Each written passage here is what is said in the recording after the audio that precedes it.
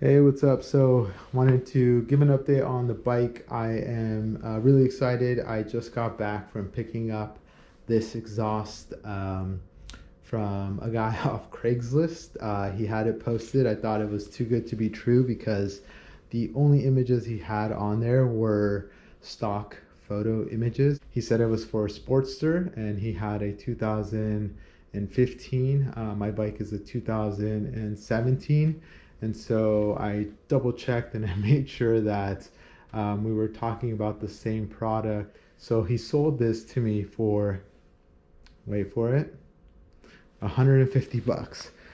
This retails for over $500 depending on where you're getting it. It's a really nice Vance and Hines product. I had to order the replacement hardware for the brackets that connect the back of this exhaust. So that was here. It's the authentic parts. I got it from JP Cycle. And then obviously you got the gaskets to replace on the engine. So the exhaust ports there. So all of the parts are pretty much here. I'll have to just wait another day or so before I receive the fuel pack, which I ordered online, and it should be here in a day or so. Again, that was probably the most expensive part of this exhaust replacement. I found a very sketchy and obscure website. It's called biohazardcycles.com. They had it on there. They were had their MSRP slashed, and then their sale price slashed, and then had their final sale for the fuel pack 3 for $328 something, so around $330. Again, 2-day free shipping. Couldn't beat it. Everywhere else is asking for that 400 plus tax plus shipping. So I saw the deal on, I think it was a Facebook ad or something like that, and I clicked it, and then I read through the comments online, and looked through the forums, and people were saying it was legit, that they got their stuff really quick. Everything looks to be in good condition as far as I can tell. I've never done anything like this. I've never really wrenched on a motorcycle. This is all new to me, and I'm really excited to just kind of give it a go and try my best to make it work. Again, I guess I'll document it and see how it goes. All right, so it's here. It's made its way. Literally 2 days shipping. Again, I found this off like a ad which said sale on this part. It's the Vance and Hines fuel pack. Retails for over 400 bucks. And yeah. What'd you get it for? So it's part of the exhaust. No, like how much? Oh, for $328 something. Let's see. Yeah, fuel pack 3. It doesn't have the price on here, but I know I paid around $328. So around $330. There was no tax on it, and there was no shipping. So out the door, here it is. Looks like it's the real deal. Still in the packaging, all wrapped up. It's got pretty decent packaging, so not rattling around. But yeah, the 6-pin for the Sporty here, and looks like it's all in good condition. So what a come up. Again, this is plug and play, so I think I just need to download the app, plug it up, and then run the auto tune with the new exhaust. All right, so I got antsy and I just started to take things apart. I downloaded the PDF onto my iPad here, and the first thing that they suggested was to find and unplug the O2 sensors. The next thing that the recommended step is to remove the original heat shields from the pipes. Right, so I was able to move the bike into the bigger portion of the garage here. So I've got a little space set up here to be able to actually walk around it and take things apart as needed. I'll keep moving on this and maybe do a little time lapse.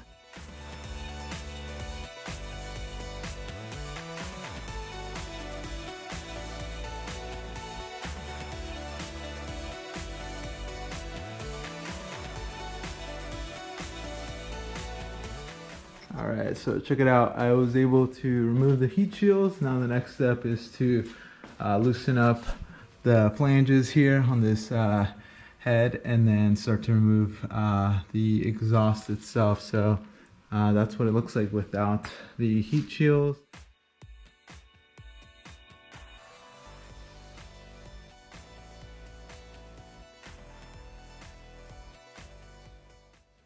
All right, so I removed the two nuts from each of the exhausts. Now the next step is to remove this here, which is what connects and holds the rear exhaust to the case cover for the belt. So the next thing it says is to remove the two bolts that connect the mufflers to the mounting bar. So there's one here, and then if I go back here, on this one it has it one here and one here, so two each.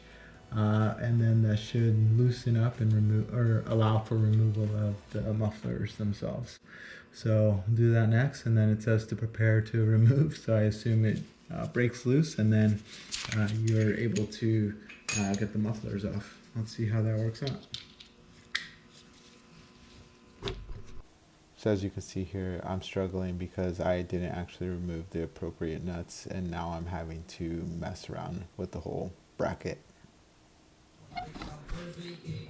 Okay, so took out the bottom support bracket portion that holds the exhaust together. So there's one large exhaust piece that comes out. Be sure to feed your harness through. So now next thing is to remove these flanges, as well as this cover, and then I think there's one more process to remove the remaining portion that holds up the original exhaust. So that's the next few steps here. Next step is to take these off here, the shield that is for the belt, so you can take the remaining portion of the exhaust bracket off. I ended up taking off the two bolts down below for the mid controls here, because obviously I needed to get the cover off. It was just too intrusive because I need to have access to all of these different bolts there, so that I'm able to add the new mount for the new exhaust. So at this point, what I'm trying to do is just clean everything up and make sure that all of the original components are off, and my surface areas are nice and clean. I'm realizing also that I'm not going to be able to just really show step by step of what to do, because I don't even really know what I'm doing. So I'm recording what I can in time lapse and just going with the flow.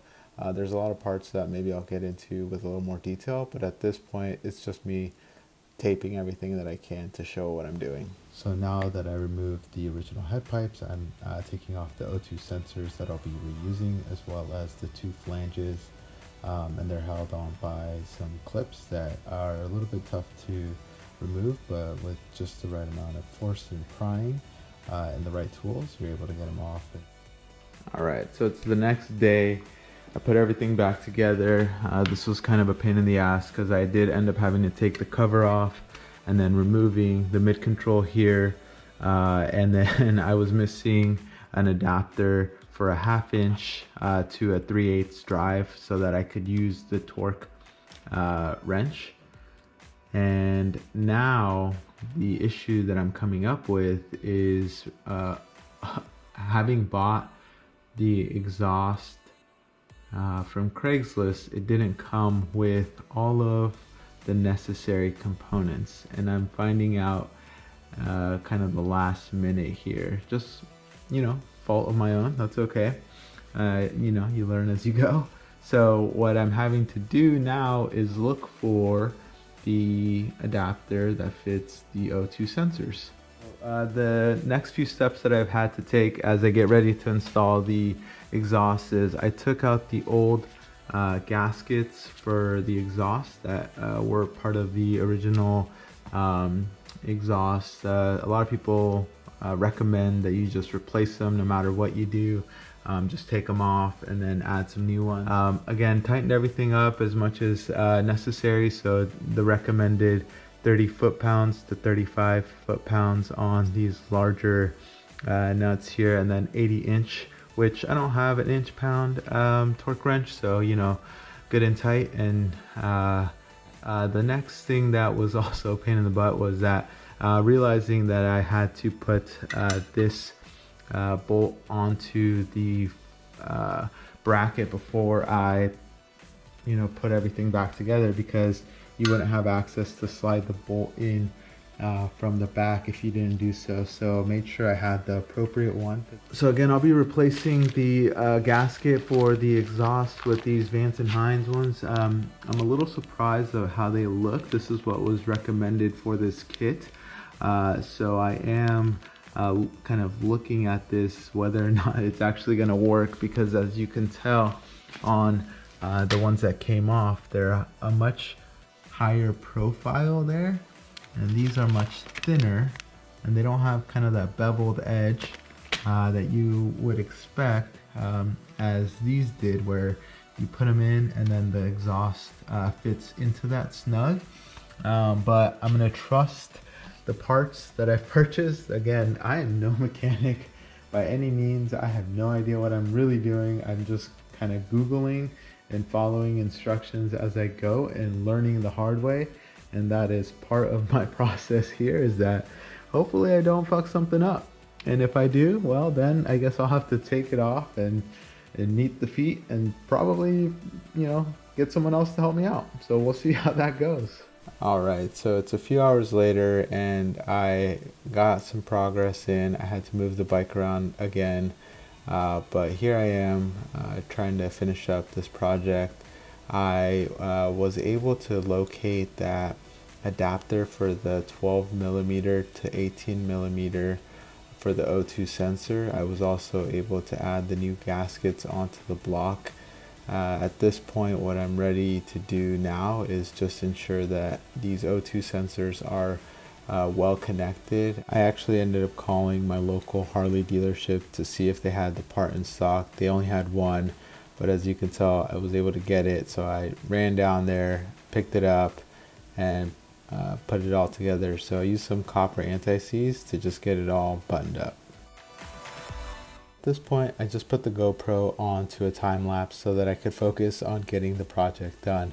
My lack of experience in doing something like this is kind of becoming more evident to me, and I'm becoming more frustrated with the project. But overall, you know, the goal here is to just kind of complete it so that I can get back on the bike and turn it on and be able to enjoy the Sportster. So that's kind of what I'm focusing on now, is really just completing this project. I anticipated it taking 1 or 2 days. So far it's been about 2.5 days, and now kind of getting closer to the end. I'm getting really excited and really antsy, but I'm hoping that it all kind of turns out okay and I'm able to enjoy the new setup. All right, so I just wrapped up. So right now what I'm looking for are my keys, and we'll see how it goes.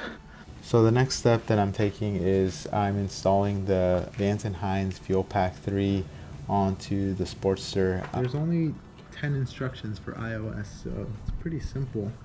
Hopefully everything is all tight as can be and necessary so that I don't have any major issues going down the road.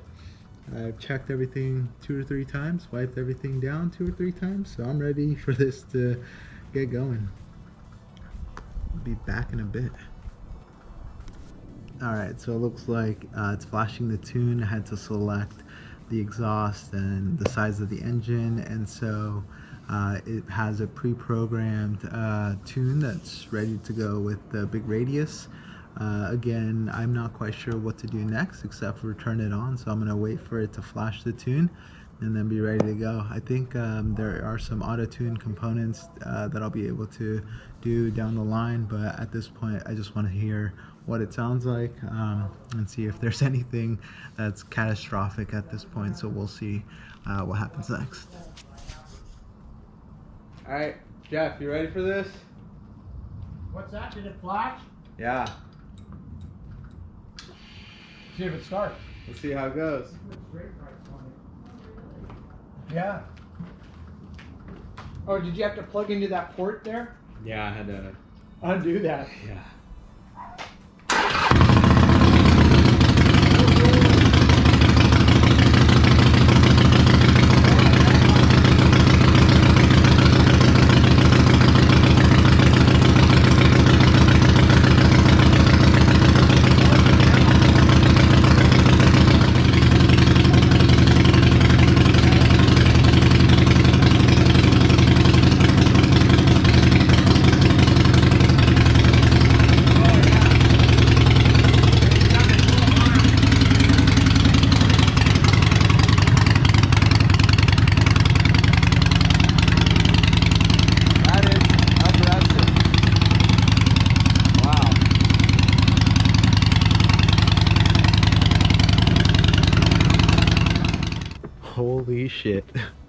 That was insane.